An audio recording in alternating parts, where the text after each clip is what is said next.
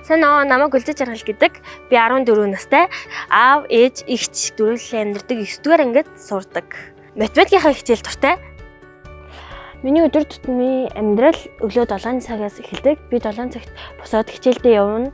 Тэгээд хичээлээ таарчгаад клуб болон давталгаандаа явна. Амралтын өдрүүдээ би гэртээ ээжтэйгээ цуг гэрийнхаа ажлыг хийж, хоолоо бэлдэж, үхрээ сааж өнгөрөөдөг. Би өөрийгөө бусдад үлгэр жишээд сурагч байж чаддаг гэж боддог. Яагаад гэхээр би бусдыг уриалж, манлайлж, зөв зөвлөлөнд дагуулж, буруу зүйлд нь шаардлага тавьдаг.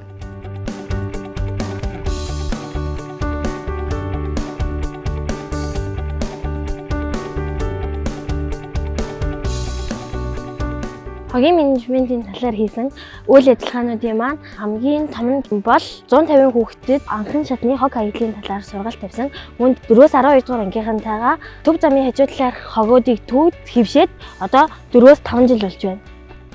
Манай орон нутаг болон хүүхдүүдэд тулгардаг олон бэрхшээл асуудал үүдэг. Тэрний хамгийн том нь энэ хог. Энэ хогийг хамгийн том бэрхшээл босгож жалтгаалдаг хоёр шалтгаан бий. Нэгт манай сумд маш ойрхон учраас хүүхдүүдийн амьдрах орчинлог хог хийсч ордог. Хоёрт ангилж хаялгүй ингэж дахин боловсруулагддаггүй учраас байгалийн хөрсөн чингдэг. Хөрсөн чингэхдээ маш удаан тэр хугацаанд хүүхдүүдийн амьсгалах агаарыг маш их бохирдуулдаг учраас хамгийн том тулгамдж буй асуудал гэж боддог. Бидний тавьсан шаардлагыг сонссны дараа гарсан өөрчлөлтүүд нь болохоор хүмүүс ил задгаа хог хаяхаа багасгасан. Мөн дээрээс нь албан байгууллагын гадаа ингээд хог ангилж хайдаг хогийн самнууд бий болсон. Хамгийн том өөрчлөлт нь гэх юм бол бидний дуу хоолойг сонссон манай сумын удирдлагууд ингээд төсөв гаргаж манай хогийн цэгийг бидний амьдарч буй орон нутаг руу хийсч оруулахгүй тулд хашаажуулсан нь хамгийн том өөрчлөлт болж чадсан.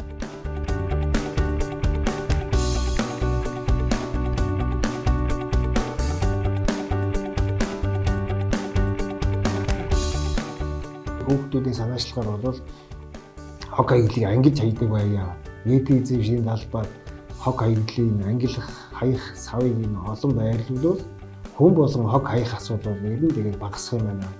За бид нар ээж аавдаа хэлэх юм байна. Томчуудад үлгэр дуурайл болох юм байна. Та ээж гэсэн энэ дээр уриал гаргаж хамтарч ажиллаж гэх юм бол энэ хог хаягдлыг бид нар ангид байж болохоор байна гэдгийг бол санаачлаг гарч байна. Хогийн цэгийнхээ хашаажуултыг хийлээ, төвлөрсөн хогийн цэг рүү ачих машиныг хөргийн шийдээд авчлаа. За энэ хог хаягдлыг ер нь бууруулах чиглэлээр техник хэрэгслийнхээ баардыг шинжилээ 120 сая төгрөг.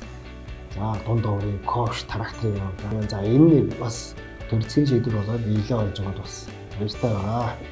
Үүнийг харахад хүүхдүүд бидний дуу хоолой хүртэл юмыг өөрчилж чаддаг. Ганц хүн гэлтгүй нэг юмыг өөрчлөхийн төлөө хичээвэл юм болгоныг өөрчилж чадна гэдгийг би маш сайн ойлгож авсан.